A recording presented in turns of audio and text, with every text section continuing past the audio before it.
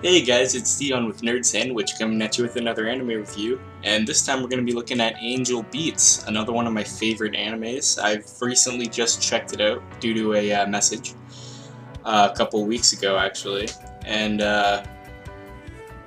it's fantastic. It's one of the best animes I've seen so far. Uh, well, what makes it great basically? It has so many characters that it's really hard to tell you about all of them in this tiny video that I'm gonna make, but I've narrowed it down to three main characters.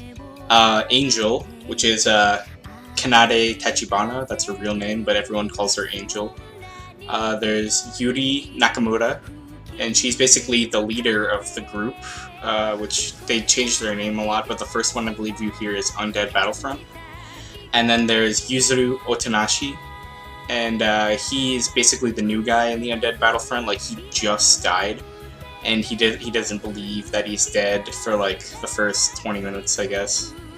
And then eventually, Kanade Tachibana stabs him in the heart, and he wakes up covered in like bloody clothes, and he's like in this hospital bed. It's just blood everywhere, and he's like, "Whoa, that hurt a lot, but I'm not dead." And that's how he basically figures out he's alive.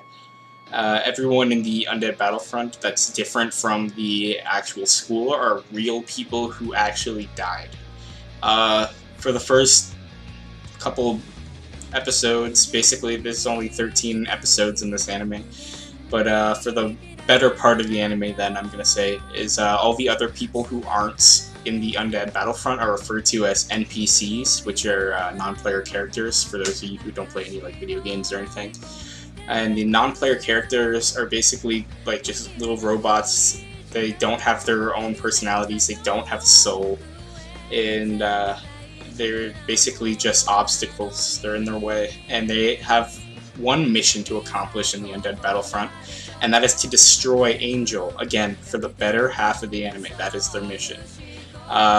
Angel, again, is Kanade Tachibana, for those of you who didn't pick that up earlier, but so that's basically their only mission, and how they do this is basically, like, Angel is student body president, and that leads them to believe that she's in charge of this world that they're in.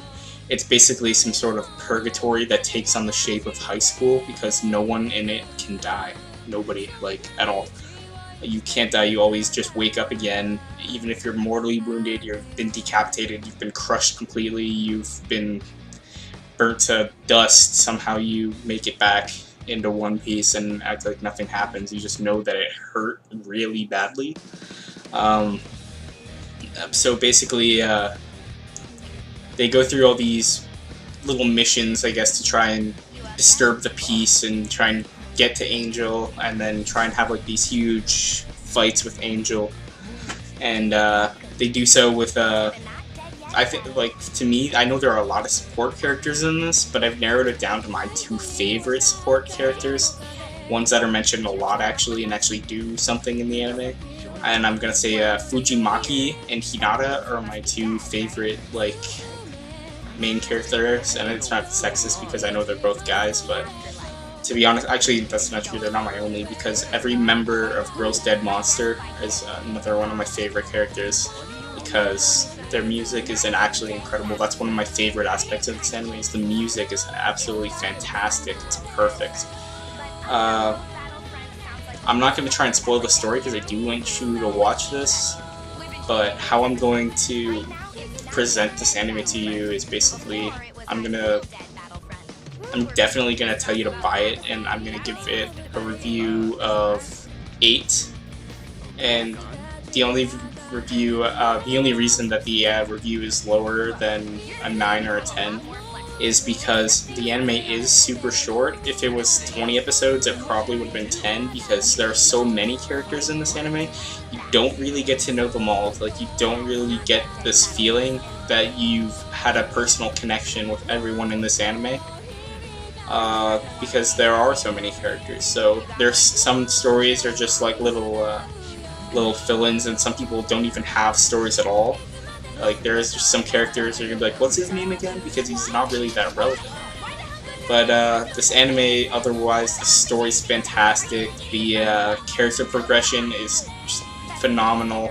The music is by far one of the best aspects of this anime, and I don't know if that's good to some people, but it's excellent for me because it gives me something to do. Otherwise, I've actually downloaded a couple of their songs too.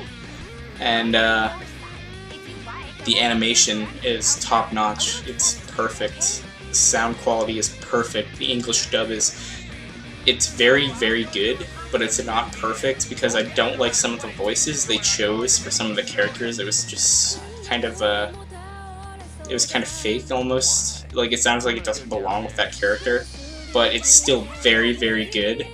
Like, if you're gonna watch it dubbed, like, please do. Welcome, go ahead. I'm not gonna prevent you from doing it, but I would actually recommend it because I watched it dubbed and I watched it subbed, and I preferred it dubbed because it let me listen to more of the music too. So I'm gonna give it an 8 out of 10, and definitely buy it. I recommend strongly that you buy it. Alright, this has been another Nerd Sandwich Anime Reviews by Dion. Peace out.